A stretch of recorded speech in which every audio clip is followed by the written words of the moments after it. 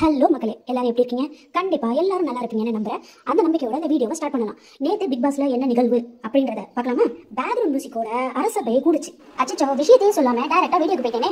விஷயத்தை சொல்றேன் கேட்டுக்கோங்க. அதாவது big pass Raja Rani task கொடுத்தாங்க. முதல் நாளே ட்ரெஸ் எல்லாம் கொடுத்து ஃபிட்டிங் செக்லாம் முடிச்சிட்டு மறுநாள் பேக்ரவுண்ட் மியூசிக்கோட அரசவை கூடுச்சு. ராஜா ராணின்னு பிரிச்சாங்க. அதுல நம்ம ராணவ ராஜாவையும் சாஞ்சனாவை சாஞ்சம்மா தேவியாவும் ராஜா ராணியா நியமிச்சிட்டாங்க. ராஜா ராணின்றதுமே எல்லாரும் தமிழ்ல தான் பேசணும், இங்க ஆங்கிலம் கலக்க கூடாது அப்படி இப்படின்னு எல்லாரும் சொன்னதும் ஐயோ சுத்த தமிழா, அது இந்த சீசன்ல இவங்களா, அப்ப கண்டிப்பா நம்ம ரஞ்சிதா மாதிரி இவங்களும் சிறுநீர் கேட்காம இருந்தா சரிதான் அப்படின்ற அளவுக்கு தான் தோணுச்சு. ஆனா அதையெல்லாம் தூக்கி சாப்பிடுற மாதிரி இந்த சீசன் பயங்கரமா பண்றாங்கன்னு சொல்லலாம்.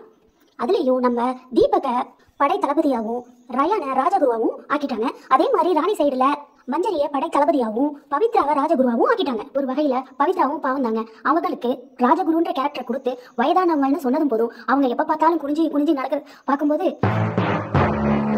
கொஞ்சம் பாவமா தாங்க இருக்கு. அப்புறம் பாத்தீங்கன்னா நம்ம மஞ்சரி படை தளபதியா புலந்து கட்டுறாங்கன்னே சொல்லலாம். செம்ம சூப்பரா ஆக்ட் பண்றாங்க. ஆனா பிபில டாஸ்க் அப்படின்னாலே லவ் கண்டென்ட் மட்டும் தூக்கிட்டு வந்துறாங்க தான் புரியல. டாஸ்க் அப்படின்றதுமே ராஜகுரு படை தளபதி அவங்கள தவிர மத்த எல்லாரையுமே மக்களா நியமிச்சிட்டாங்க. மக்களா நியமிச்சதும் அவங்களா ஒரு கேரக்டர் எடுத்து பண்ணணும்னு சொல்லிட்டு அவங்க எல்லாருமே அந்த லவ் கண்டென்ட் எடுத்துட்டாங்க. எல்லாரும் அப்படின்னா எல்லாரும் இல்லைங்க, அருண் ஆனந்தியும் விஷாலும் தர்ஷிகாவும் லவ் கண்டென்ட் கையில எடுத்துட்டாங்க. அதுக்கு வசதியா நம்ம பிக் பாஸும் சமையலுக்கு விஷாலையும் தர்ஷிகாவையும் போட்டுட்டாங்க. அப்புறம் என்ன நடத்த வேண்டியது தானே. கண்டென்ட்டுக்காக லவ்வே கண்டென்ட்டா ஒண்ணுமே புரியல. ஆனா பார்க்கும்போது ரியல் லவ் மாதிரியே தான் இருக்குது. கொஞ்சம் அங்கங்க டவுட் வந்து போகுது. ஒருவேளை உண்மையாவே லவ் பண்ணாலும் நாம ஒன்றும் பண்ண போறது இல்ல, அது வேற விஷயம். சரி, நாம விஷயத்துக்கு வருவோமா? ஒரு பக்கம் அப்படி லவ் கப்பன் ஓடிட்டு இருக்கும்போது இன்னொரு பக்கம் நம்ம ராணவ் ராஜா கேசரி இல்லங்க, ராஜா ராணவ் கேசரி என்னையா பேருது கேசரி பூந்தின்னு வாயிலே நுழைய மாட்டேங்குது. நம்ம ராணவ் கேசரியை பார்க்கும் போதெல்லாம் இந்த மனுஷனும் அப்பப்ப கண்ணுல வந்து விழுந்துட்டு போறாரு. ரெண்டு பேருக்கும் சிமிலரா ஏதோ ஒண்ணு இருக்கிற மாதிரியே தெரியுது. எனக்கு மட்டும் தான் இந்த டவுட்டா இல்ல உங்களுக்கும் அதே மாதிரி தோணுதாங்க? கமெண்ட் பாக்ஸ்ல சொல்லிடுங்க. ஒரு வழியா ராஜாவையும் ராணியையும் அரசவையிலும் உட்காந்தாச்சு. மணிமகடம் சூட்டி ராஜாவாக்கி ராணியாக்கி எல்லாம் ஸ்மூதா போயிட்டு இருக்க நேரத்துல நம்ம பிக் பாஸ் சும்மா இருப்பாரா?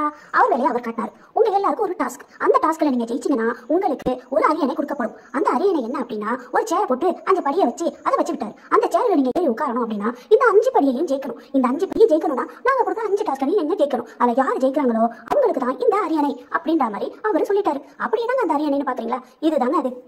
இந்த ஒத்த சேருக்கு இவ்வளோ டாஸ்க்கு அப்படின்னு கேட்டீங்கன்னா ஆமாங்க, இந்த ஒத்த சேருக்கு தான் 5 டாஸ்க்கு. அதோட சேர்த்து நீங்க வாரம் பண்ணணும். வார் மீன்ஸ் 2 நாளுக்கு நடுவுல போரிட்டு அதுல நீங்க ஜெயிச்சீங்கன்னா தான் இந்த சேர் அப்படின்னு சொல்லிட்டாங்க. போர் என்னமோ வீட்டுக்குள்ள நுழைஞ்சதுல இருந்தே நடந்துட்டு தான் இருக்கு. ஆனா இதுல எப்படி போர் இருக்க போகுதுன்னு போக போக பார்க்கலாம்.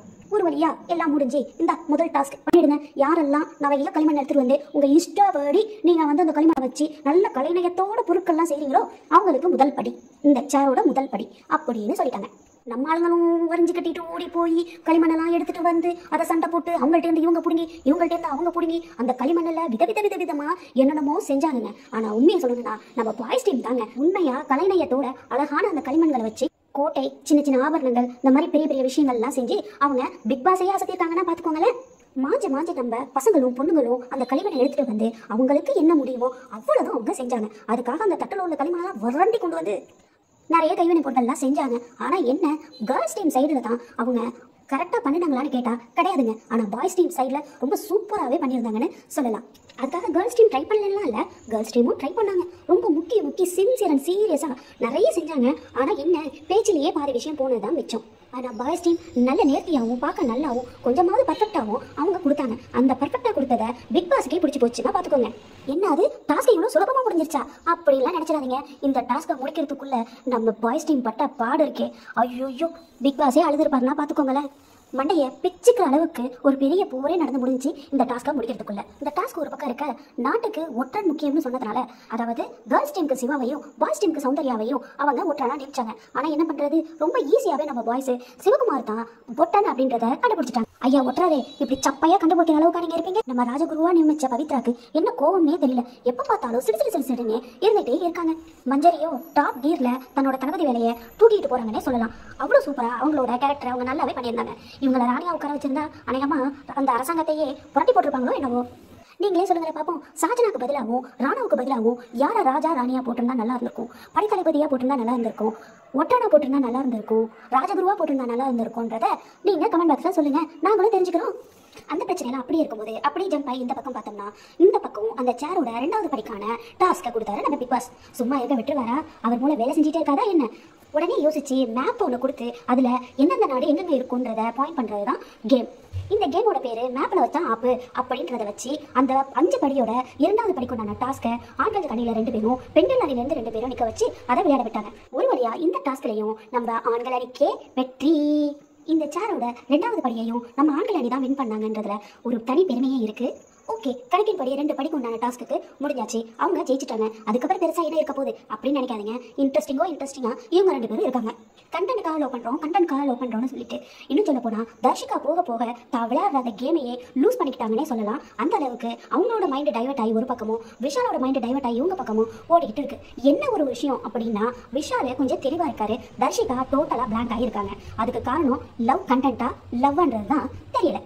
ஆனால் இது யாரப்பா புதுசாக இது வைல்ட் கார்டில் வந்தவரா அப்படின்னு நினைக்கிற அளவுக்கு இந்த ராஜா டாஸ்க்கு தன்னைத்தானே ஒரு கேரக்டராக நம்ம மாற்றிக்கிட்டு வரணும்ட்டு டோட்டலாக தன்னை சேஞ்ச் பண்ணிட்டு வந்து நின்னாரு நம்ம ரஞ்சித் சார்.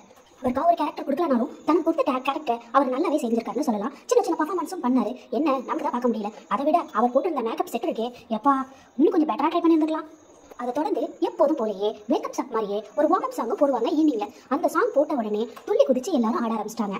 முக்கியமான மான்ஷிதா முத்துக்குமாரோட டான்ஸு, அப்புறம் நம்மளோட விஷால் தர்ஷிகாவோட டான்ஸு, ஆனந்தி அருணோட டான்ஸு, இப்படி எல்லாமே ஓவரோவர் பார்க்க ரொம்ப நல்லாவே இருந்துச்சு. நேற்றைய ராஜாராணி டாஸ்கில் நம்ம கண்டஸ்டன்ட் செய்கிற கைவினை பொருள் மாதிரியே அங்கங்கே சின்னதாக குட்டி அழகான விஷயங்களும் இருந்தது, காமெடியான விஷயங்களும் இருந்தது. அதை விட வணிகம்ன்ற பேரில் ஒரு மலையே பேஞ்சு ஓஞ்சிச்சுன்னு சொல்லலாம். இப்படி தான் நேற்றைய அந்த ராஜாராணி டாஸ்க்கும் ஓரளவுக்கு பாதி, அதாவது தற்காலிகமாக பிக் பாஸ் அதை நிப்பாட்டினாங்க. தற்காலிகமாக இதை நிறுத்தப்பட்டுள்ளதுன்னு எப்போ பிக் பாஸ் சொன்னாரோ உடனே நம்ம சாஞ்சனா அங்கே ஒரு பர்ஃபார்ம் பண்ணணும்னு சொல்லிட்டு என்ன பன்செட்டுன்னு சொல்லி மார்க் பண்ணுங்க அப்படின்னு சொல்லி அவங்க கத்துனதும் சண்டை போட்டதும் உண்மையிலே ஏதோ பர்ஃபார்ம் பண்ண மாதிரியே இருந்துச்சு. அதுவும் வேண்டாத ஒரு சண்டை போட்ட மாதிரி இருந்துச்சு. அத்தோட நேற்று இந்த ராஜாராணி டாஸ்க்கு சுமூகமாக முடிஞ்சிச்சுன்னே சொல்லலாம். அடுத்த நாள் டாஸ்க்கு எப்படி போகுதுன்னு நாம அடுத்த நாள் வீடியோவில் பார்க்கலாம். அந்த வீடியோ பார்க்கணும்னா மறக்காம என் சேனலை சப்ஸ்கிரைப் பண்ணிக்கோங்க, என் வீடியோவை லைக் பண்ணுங்க, அன்பை ஆதரவு தொடர்ந்து கொடுங்க. என்னோட இன்னொரு வீடியோவில் சந்திக்கிற வரை அச்சல் பை மக்களே.